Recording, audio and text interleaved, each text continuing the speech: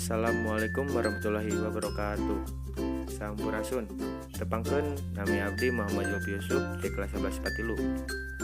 Bade ngajelaskeun langkah-langkah hirup sehat di imah pikeun yang hareupan pandemi COVID-19. Satajana urang jelaskeun lah naon eta teh COVID-19. COVID-19 nyaeta penyakit nu nular disababkeun ku virus corona. Ieu mangrupa jenis virus anyar anu kajadiana di Wuhan, Tiongkok bulan Desember 2019. Wayahna pas wabah ieu aya, urang kudu gawe di imah, diajar di imah, ibadah di imah. Naon? Meh cegah nyebarna eta si COVID-19 leuwih.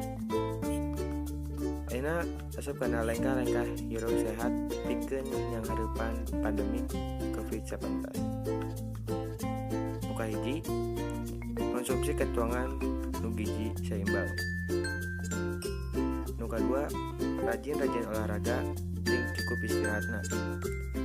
Nu katilu, bawasuh pandangan nganggo sabun sacan tuang. Nu kaopat, jaga kebersihan lingkungan imah mesahat sadayana.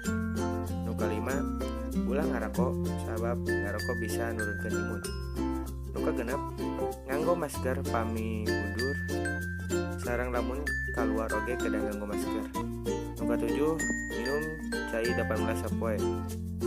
Kadalapan, tuang mame nu dipasak sing asak jeung tong ngam katuangan sato nu potensi nularkeun.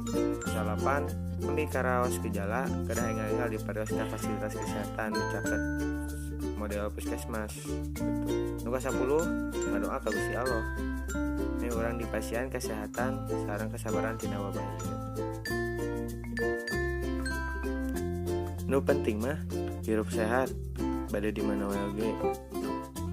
Bade di bumi, di kantor, di sekolah.